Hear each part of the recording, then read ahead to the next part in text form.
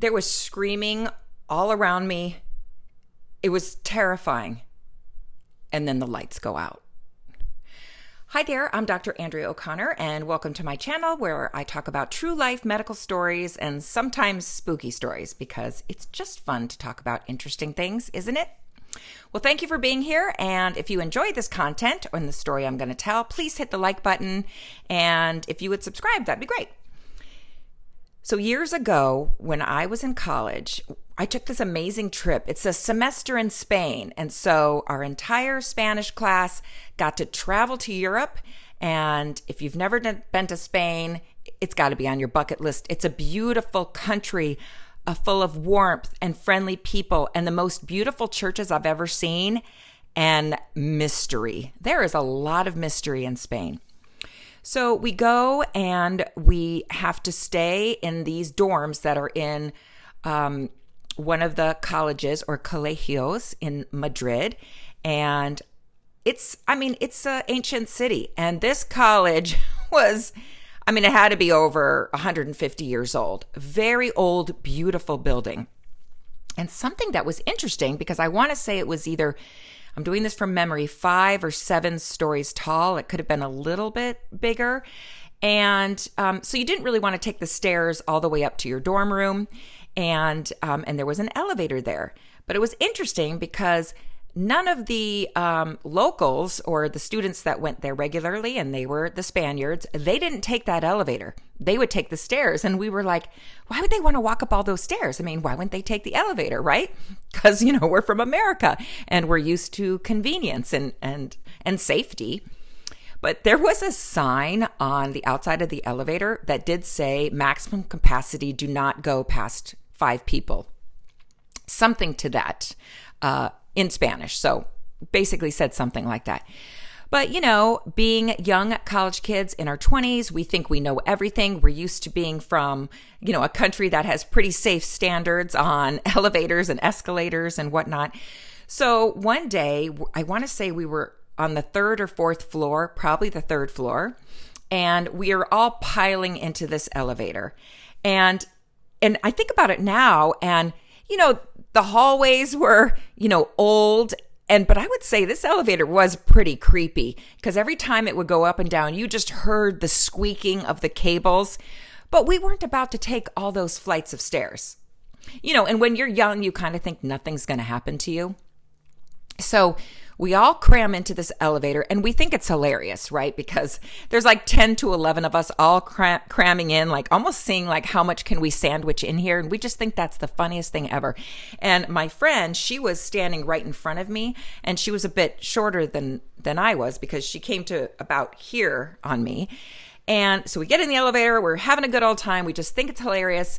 We press the button to go down, the door's shut, and you just feel this big jolt. And the squealing of the cables begin like it normally does. And then it just kind of stops and we just felt this lurch and then we plummet.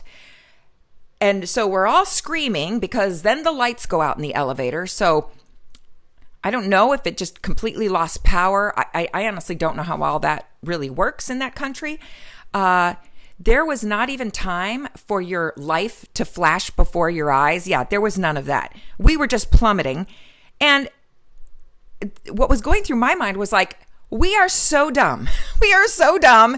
How did we let this happen? I can't believe this is how I'm going to go out. This is how I'm going to die. I'm dying in a crashed elevator, like a falling elevator. That's what went through my mind. And so, when you're a kid and you see movies about falling elevators and disaster movies, and you kind of think to yourself, oh, if I was in one of those elevators, I'm going to jump at the last minute. That's how I'm going to survive. Well, let me tell you, no, you don't know when the elevator is going to hit the bottom. There's no alarms or you don't see beep, beep, beep of the lights and the buttons. You have no idea when it's going to happen. So you don't know when to jump. And plus we were kind of crammed in there. And so there was no jumping. We were just screaming. That's all we could do. And so it crashes to the bottom. And I'm kind of surprised because I'm thinking, oh, this is going to hurt. And the walls are going to come in and it's going to be awful. And so I'm imagining and I don't know for sure because we plunked and we hit so hard that since we were screaming, I chipped my tooth because I was yelling. And then when we plunked down, my head went forward and my teeth hit my friend in front of me because her head was about here. So I chipped my tooth and she got a big wound on her head and she was bleeding. But not hard enough where we broke bones and were piled on top of each other, but hard enough where we got a little injured. So, at the time, it's not like we waited around for maintenance to get there. I don't know how we didn't die in that, except maybe there was an emergency cable that caught it at the last minute. But then, why would it hit the ground? So if any of you out there are engineers and kind of know what happened, but we couldn't open the doors. We were just in the dark at the bottom of that elevator. We had to wait for, I guess, the people at that college to call in someone or maintenance to finally come and open the door. And then we got out, and I just remember there was a crowd of people, most of them the locals, just staring at us with this death stare. They weren't really worried about us because, I think they were more angry, like, there's a sign. It says, don't overpack the elevator. You stupid Americans, maybe that's what they were thinking. I don't know. But we were all fine. And I tell you, to this day, I cannot get on a crowded elevator. If more than 3 or 4 people get on an elevator, I'm just like, oh, I'll wait till the next one. I won't get on a crowded elevator anymore. And also, in this day and age, if I get a bad vibe of someone on an elevator, I won't get on it either. I'll just kind of wait for the next one. There's just too many creepy things with footage of people on elevators and things going wrong. My family's behind me bringing in groceries. So that's what happens.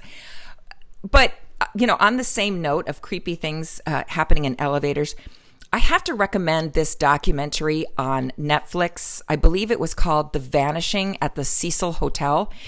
If you remember the true crime story of the woman, and she was a tourist, and she was in the elevator, and there's footage of her going off and on the elevator, and she's talking to someone outside, and you can't see who it is, so she's kind of going in and out, and it looks like she's talking to herself. And so the documentary goes into how she died and what happened, but it's a true statistic that 30 people a year die in elevator accidents, and that's in the United States. I don't know what the statistic is worldwide. And I did a little research too in Spain that they really cracked down on their elevator safety in 2014. They said all elevators have to comply and get up to date with safety and testing. And when I was there, that was years before that. So, but that's my advice. If you're in an old building and the locals won't take the elevator, maybe don't take that elevator. Kind of glad I survived that one, but also chalk it up to being a stupid college kid, right? Well, thank you for being here, and I will see you on the next one.